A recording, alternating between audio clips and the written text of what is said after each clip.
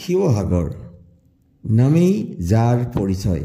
পহুগড় কি কয় পহুগড় আহা এইবিলাক নকৰিবা ধেমালি নকৰিবা।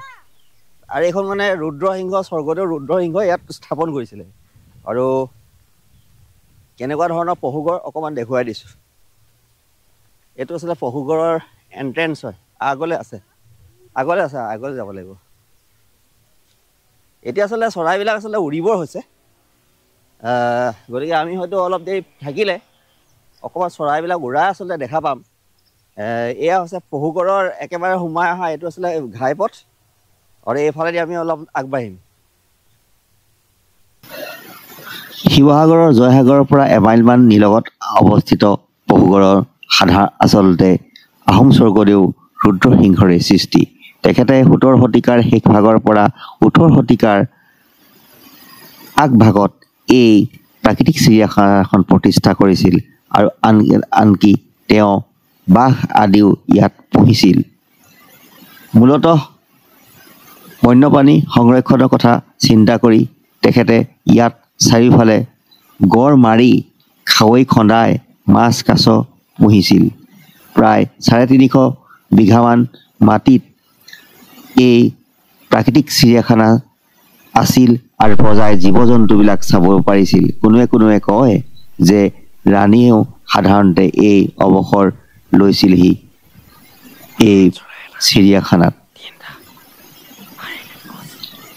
যদিও এতিয়া এইখন হৈছে বহু পৰিভ্ৰমী চৰাইৰ বিচৰণথলী। আৰু আমি পৰিভ্ৰমণ কৰা কালত সাধাৰণতে দেখিলোঁ বাৰ হেডেড গুজ, গ্ৰে হেডেড গুজ, বৰটোকোলা, কিংফিচাৰ, কণামুচুৰি, কামচৰাই আৰু বগলী।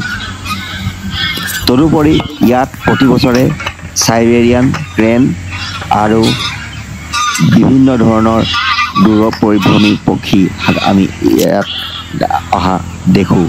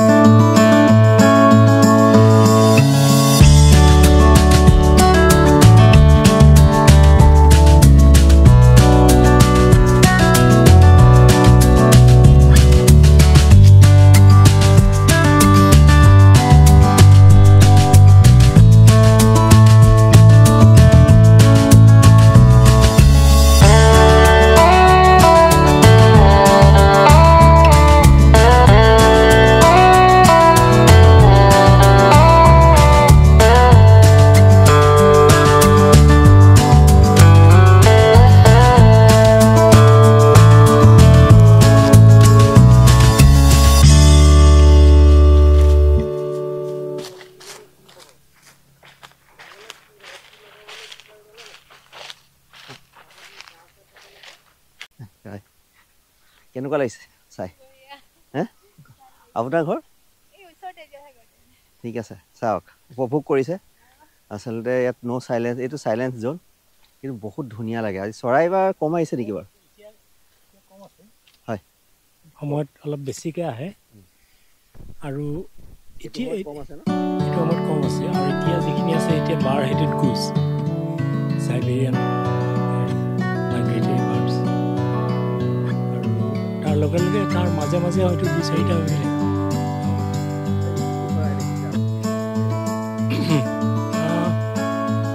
এনেই নৰ্মেলি আমাৰ সেই গ্ৰে লেগেড খিনি আছে, তাৰপিছত বাৰ হেডেডখিনি আছে। আৰু কমনলি আমাৰ ইয়াত যিবোৰ এভেইলেবল পেলিকান, এইখিনিত বৰ বেছি নাহে।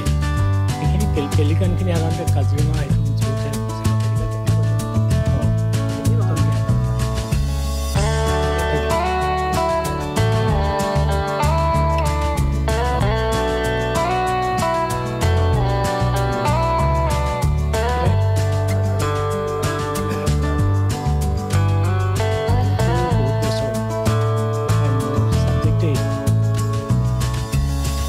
গতিকে মই অকল ইয়াতে নহয়, জয়সাগৰ পুখুৰী, শিৱসাগৰ পুখুৰী।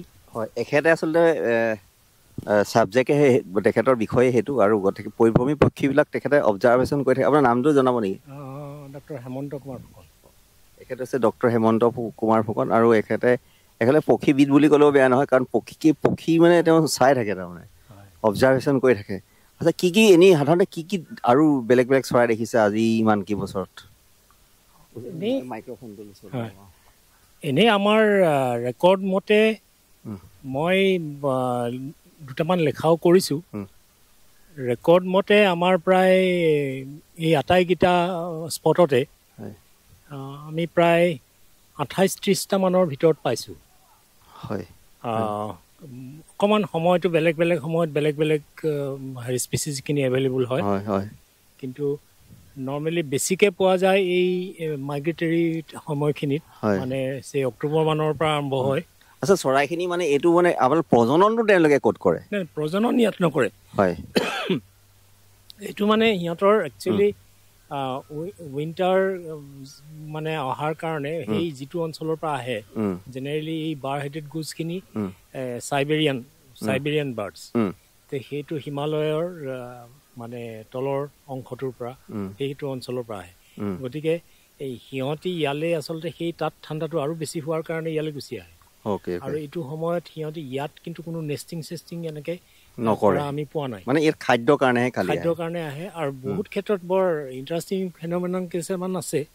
এতিয়া আমি পুখুৰী, জয়সাগৰ পুখুৰীতে হওক, শিৱসাগৰ পুখুৰীতে হওক, আপুনি দেখিব মানে হাঁহখিনি মানে পানীত উপঙি মানে চৰি মানে এনেই ঘূৰি ফুৰে।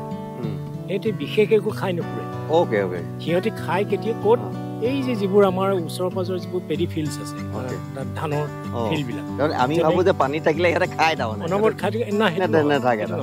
সেইটো সময়ত সিহঁতি তাতে থাকে। আকৌ গধূলি সময়ত সিহঁতি তাৰপৰা গৈ পেলাই সেই ফিল্ডবিলাকলৈ যায়গৈ ওচৰৰ পাজৰ।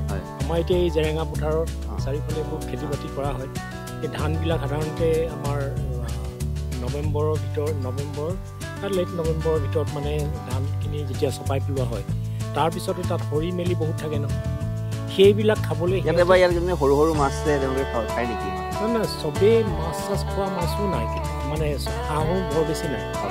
হাঁহ খোৱা মাছবোৰ অলপ বেলেগ, কিন্তু ইহঁতি সাধাৰণতে সেই হেৰিবোৰ ধান চান যিবোৰ সৰি থাকে পথাৰত, সেইবিলাক বেছি প্ৰেফাৰ কৰে।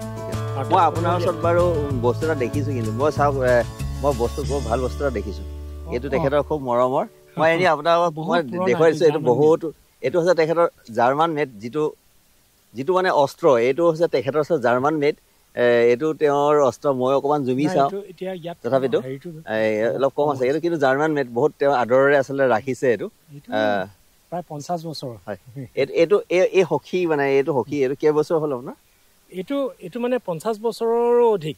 ক'ৰ পৰা আনিছিলে এইটো? এইটো মই পঢ়ি থকা অৱস্থাতে, মই শ্বিলঙতো পঢ়িছিলোঁ, সেই তেতিয়াই মানে মোৰ ককাইদেউ, আচলতে মোৰ ককাইদেউ ডক্টৰ শৰৎ কুমাৰ ফুকন, পুলিচ বিভাগৰ তেওঁ ৰিটায়াৰ্ড DIG। গতিকে তেওঁৰ মানে জিঅ'গ্ৰাফী ছাবজেক্ট আছিলে। এই জিঅ'গ্ৰাফী ছাবজেক্ট থাকোঁতেই MSc পঢ়ি থাকোঁতেই তেওঁ মানে এইটো উদাহৰণস্বৰূপে এই পহুগড়, এইটো এটা ঐতিহ্যপূৰ্ণ এটা ঠাই। এই ঠাইটুকুৰাত আচলতে আগতে ৰজাৰ দিনত এই পহু ৰখাৰ এখন চিৰিয়াখানাই আছিলে। তাই ভাল কথা এটাই কৈছে যে ডেভেলপ হোৱা নাই, ভালেই হৈছে। কাৰণ ডেভেলপ হ'লে মানে কি চৰাইবিলাক নাহিব, যিটোৰ কাৰণে ডেভেলপ কৰিব বিচাৰিব সেইটো কাৰণতে পিছত গৈ চৰাইবোৰ নাহিব, আৰু সেইটো সঁচা কথা। গতিকে আমি দেখিছোঁ এই ঠাইটুকুৰাক তথাপি কিন্তু প্ৰটেক্টেড কৰি ৰাখিব লাগিব জেগাটুকুৰা। চিকাৰী বা চোৰাং চিকাৰী বা এনেকুৱা ধৰণৰ আৰু হিউমেন এক্টিভিটিজ যিবিলাকে সিহঁতক ডিষ্টাৰ্ব কৰে, সেইবিলাক যাতে আমাৰ কমকৈ কৰা হয় এই অঞ্চলত, সেই কথাটো আমি সকলোকে চৰাই মোৰ চকুৰ আগেদিয়ে ঘূৰি গৈছে। এতিয়াতো খুব কমেই গৈছে, মোৰ জাক মানে গোটেই আকাশ ভৰি যায়। আচ্ছা, আপোনাৰ আগতে মই শিৱসাগৰ কলেজৰ জুলজিৰ অধ্যাপক আছিলোঁ।